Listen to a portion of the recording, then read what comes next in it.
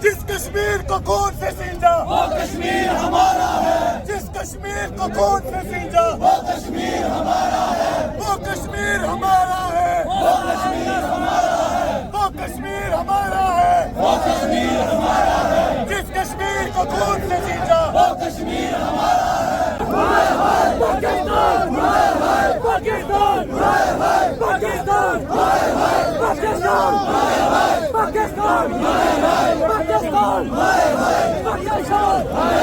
पाकिस्तान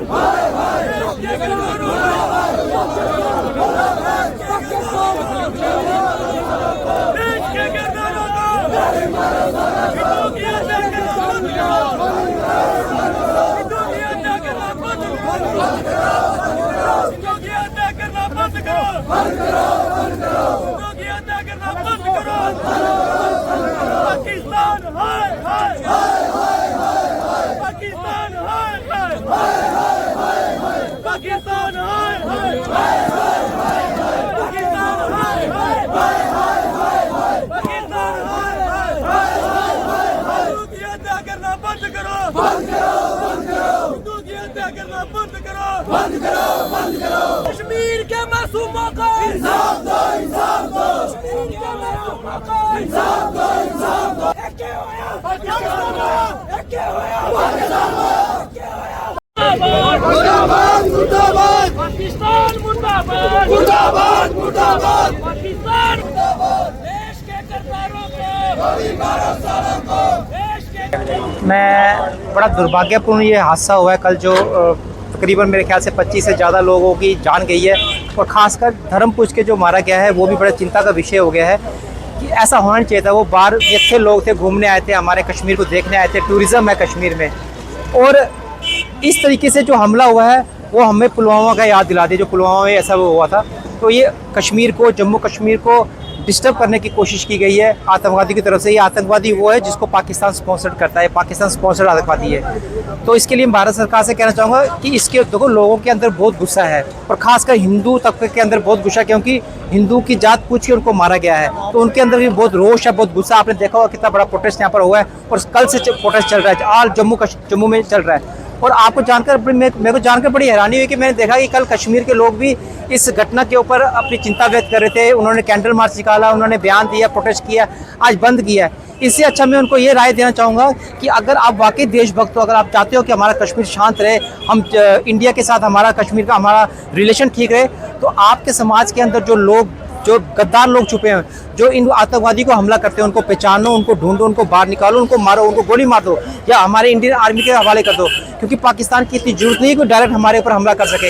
ये वो लोग हैं जो उनको शह देते हैं, उनको सपोर्ट देते हैं, उनको खाना देते हैं, रहने को, छुपने को जगह देते हैं, जिसके कारण उनको हिम्मत मिलती है और वक्त ढूंढ के वो लोगों के ऊपर नेता वार करते हैं। बिल्कुल बिल्कुल श्रीनगर के अंदर, कश्मीर के अंदर शुरू से यही चलता आया सर, कि जो वहाँ के लोकल कुछ लोग हैं, जो अंडरग्राउंड वर्कर होते हैं, वो खासकर हमें नुकसान दे रहे हैं, जो हमारे देश का खाते हैं, हमारे देश के में कमाते हैं और हेल्प करते हैं पाकिस्तान स्पॉन्सर आतंकवादियों की।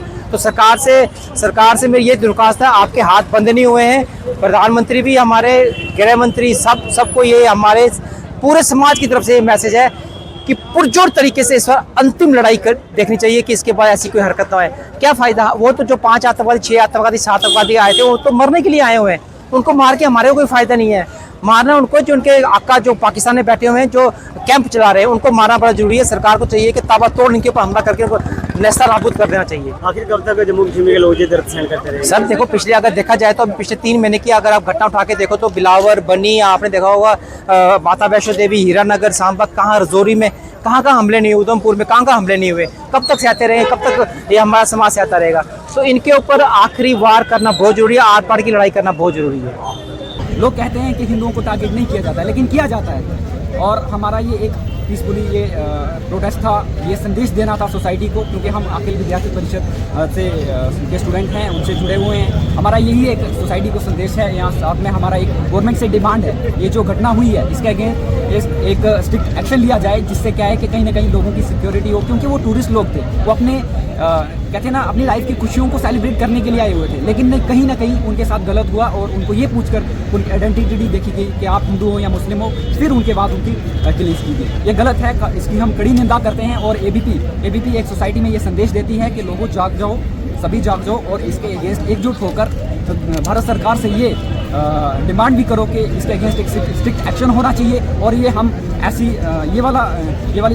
ये जो बातें हो रही हैं या ये जो इशू हो रहे हैं, ये कभी भी हम बर्दाश्त नहीं करेंगे। अगर इससे ज़्यादा होता है तो कहीं ना कहीं भारत को और जागरूक होना पड़ेगा। और ये जो दूसरा देश अगर कहीं ना कहीं टेररिज्म को फैला रहा है तो कहीं ना कहीं भारत को भी अपनी कुछ जो सिक्योरिटी एजेंसीज हैं उनको ज़्यादा सतर्क कर देना चाहिए, जिससे कहीं ना कहीं कुछ और एक्शंस लिए जाएँ ताकि ये सिक्योरिटी जो है भारत की अच्छे से रहे। और खासकर कश्मीर में और जम्मू कश्मीर में क्यों ऐसा हो रहा है, अभी और स्टेट्स हैं वहाँ पर कम हो रहा है, लेकिन हमारे कहीं ना कहीं इस पर बहुत सारी चीज़ें हैं जो GDP है या कुछ भी है उस पर बहुत सा इफेक्ट पड़ रहा है। मतलब फाइनेंशियली कहीं ना कहीं टूरिज्म के ऊपर बहुत सारा जो हमारा आ रहा है उस पर बहुत सारे इफेक्ट्स पड़ रहे हैं, जिसकी वजह से ये तो हो रहा है। और साथ में जो टारगेट किलिंग हो रही है उसके लिए हम खासकर बोलते हैं, क्यों बाय आइडेंटिफिकेशन हम ये पूछना चाहते हैं, कहते हैं कि बाय आइडेंटिफिकेशन ये सब नहीं होता है। अगर आइडेंटिफिकेशन हो रहा है तो क्यों?